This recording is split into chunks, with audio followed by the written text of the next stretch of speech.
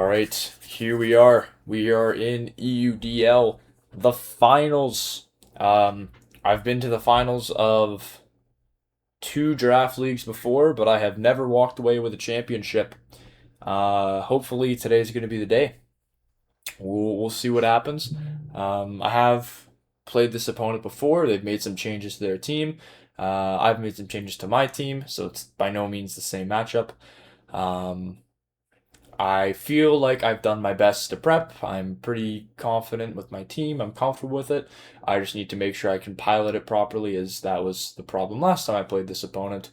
Um, but let's jump into the team builder here. Let's go through my opponent's team here. A lot of these are going to be familiar faces. We have Morpeko.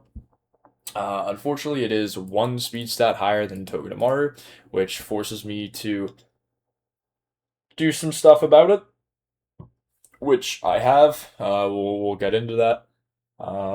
But give and take, because Morpeko is one speed stat higher than Jinx, but we'll get there. Um, Morpeko, what does it do? It's got good speed, good attack, parting shot, knockoff, volt switch. Just gets a lot of like good moves.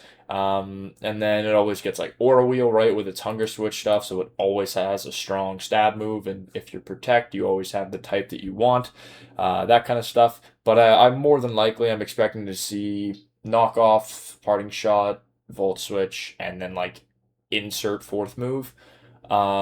Because if you're running knockoff and volt switch, you don't really need Aura Wheel. But obviously you can have it. You can have Thunderbolt. You can have Dark Pulse. I think it gets Dark Pulse. I don't even know. Let me double check. Yeah, it does get Dark Pulse. Not that your special attack stat's super high, but there's options, is what I'm trying to say. But those three moves, knock off or knock off, parting shot, and volt switch are probably likely to see. Then there's Combusken. I said it before and I'll say it again. Mini Blaziken does literally everything a Blaziken's gonna do except it's Combusken. Still gets SD, still gets speed boost, still gets protect, still gets all of its coverage. The only thing it loses is, well, the boost in stats, but it can hold an Eviolite, which makes it surprisingly bulky. It's just mini Blaziken that can hold an Eviolite. That's what Combusken is. Gramble, this thing is a demon.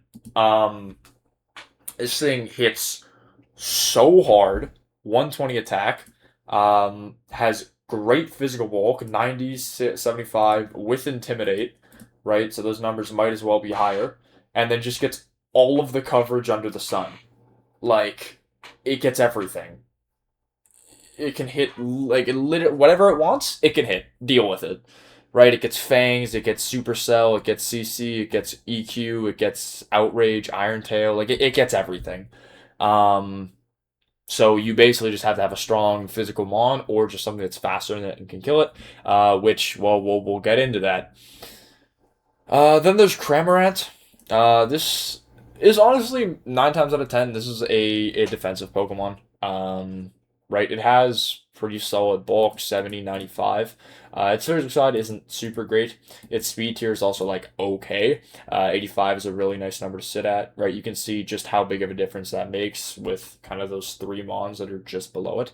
But Cramorant, no, I mean, like, it gets Surf, Gulp Missile. You might see Endure, but you're probably going to see Surf, Defog, maybe like an Air Slash. You're 100% going to see Surf. Nobody runs Dive. It's going to be Surf, right? Because you want your Gulp Missile. You got to watch. If you put it too low, you get Parad, right? You got to play around that.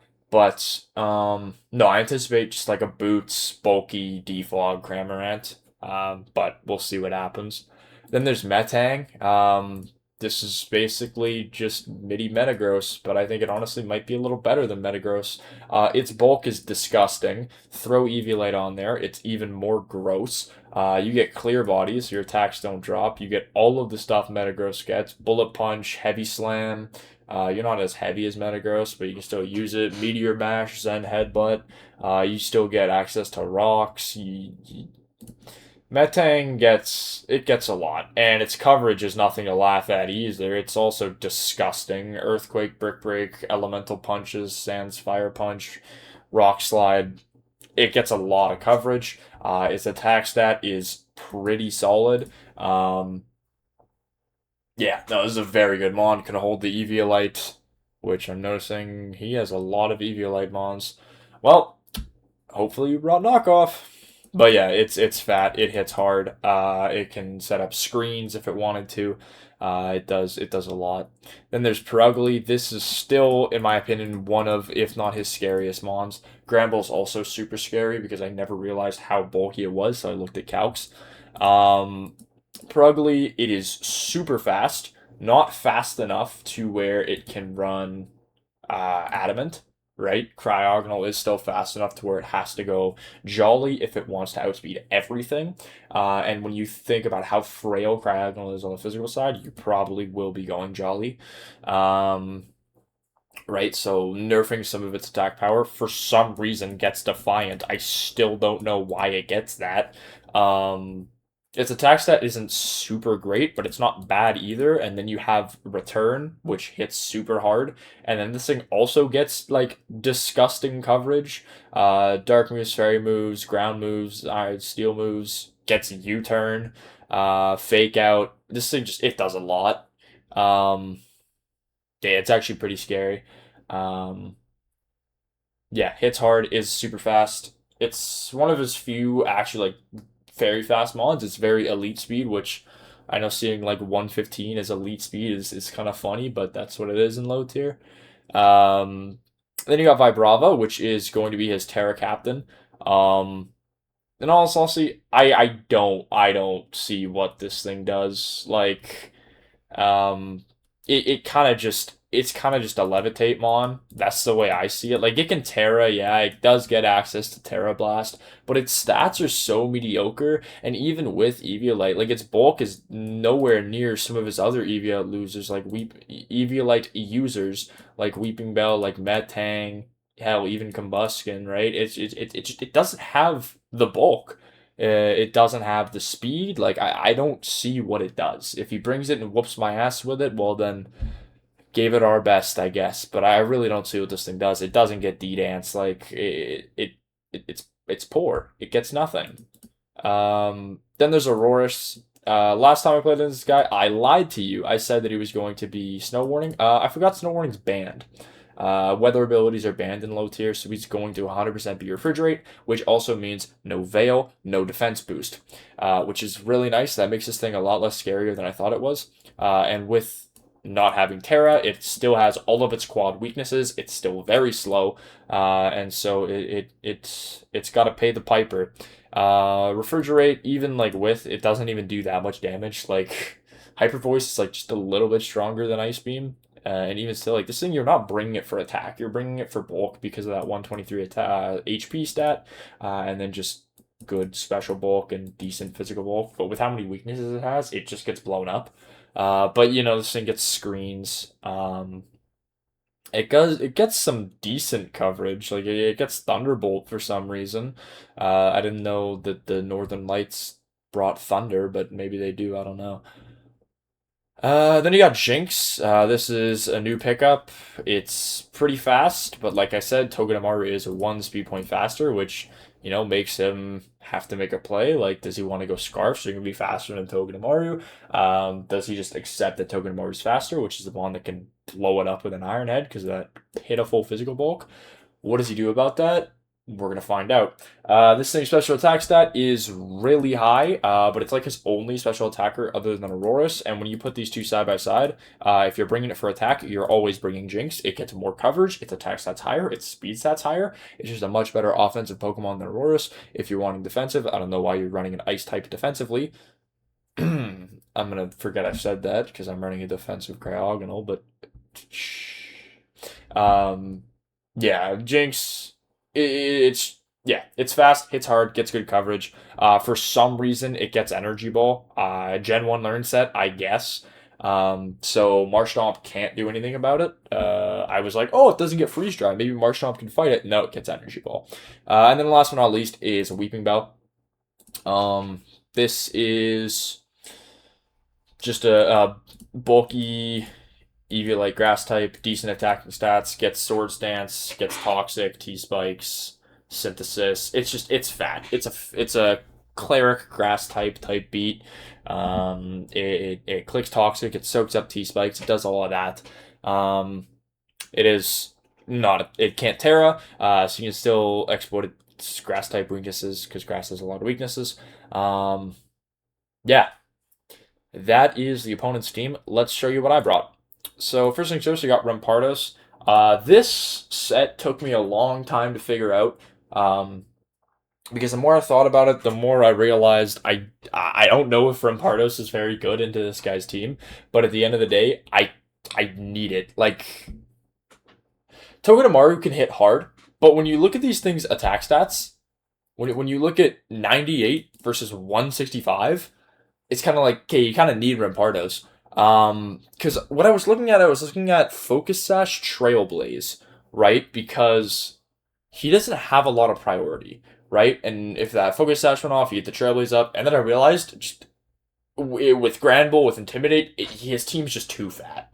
So, like, Rampardos couldn't break through. So, my options were either drop him on for Sticky Web to try and go, like, Sheer Force Life Orb, or go Band. And I went for Band because I'm going to try and use this thing as a breaker. There was that part of me that really, really wanted to try and have Rampardos get all 6 kills, get kill leader, and I win the league. That would be awesome. However, I want to win more than I want kill leader, so I'm opting for a breaker Rampardos. Not to say that this thing can't come in an endgame if his slow mons are left or if all of his bulky mons are checked. And with how much Volt Turn I have on this team, getting Rampardos in to do that is not as hard as you would think. We're just 4 moves for coverage. I put Rock Slide because some of his mons will fold, and I've been getting really lucky with Stone Edges, knock on wood. So if I ever need to, I can click Rock Slide, which is more accurate if it still gets the kill. Then we got Togedemaru. Togedemaru is Choice Scarf because Morpeko is 1 point faster, and I hate that. He's led Morpeko quite a bit. Last time he played me, he led Morpeko. It's a very good lead because you always lead it. Parting Shot if you need to get out, Volt Switch if you need to get out, knock something off immediately, or just hit something super hard. It's the same reason why I lead Togedemaru a lot. It's very fast, it can U-turn out if it's in danger, and it can hit very hard. So if he leads Morpeko, I'm going to lead Togedemaru. I'm leading Togedemaru no matter what. This is my designated lead. If he leads Morpeko, we click U-turn. He doesn't expect us to be faster. He takes the hit. We're in the clear. If he is not max speed Togedemaru, Morpeko, which I have no idea if he is, he will not know I'm scarfed. Because of how close the speed stats are, if you don't go max speed, you're not going to know that I'm scarfed. We're just enough to outspeed a scarfed Jinx, because like I said, if he's in that same position that I am, where it's like, oh, it's 1 point faster, I want to be able to fight this thing, he might go Choice Scarf. And if we're faster than Choice Scarf Jinx, we blow it up with an Iron Head, that thing is gone. That's a good kill. Zing Zap, Iron Head, U-turn, and then Nuzzle if we're in a pinch, we need to paralyze something. Like if Perugly's starting to run away with the game or something. Perugly's probably one of the few things I'm going to paralyze. Everything else just kind of doesn't want to take a hit from Togedemaru. But we'll see what happens. Granbull eats an Iron Head and then does like 200% with an Earthquake, so that's not going to happen. Then we have Cryogonal. This is our only specially defensive Mon, and it's here for Jinx. Because Jinx is his only special attacking Mon. If he brings Aurorus, then he has rock moves for me, and then that gets scary. But Togedemaru will blow that thing up in a heartbeat. If Jinx is getting away, and I don't want to go into Togedemaru, risking like a Focus Blast, I have Cryogonal. If he does not bring Jinx, Cryogonal is here to get rid of Eviolites. It has knockoff. Freeze Dry because I looked at it. I'm not really Ice Beaming anything on this team, and Freeze Dry lets me hit Cramorant instead, and I don't need the power that much. And then Rapid Spin in case he has a few mons that have rocks. If he brings it, I can get rid of them. Then we have Muck. Fizdef Muck makes its return. Rocky Helm, Sticky Hold, so I can't get knocked. To deal with stuff like Perugly and Granbull. Obviously, Granbull gets EQ, so it's a little harder to deal with. Maybe like a physical Morpeko as well.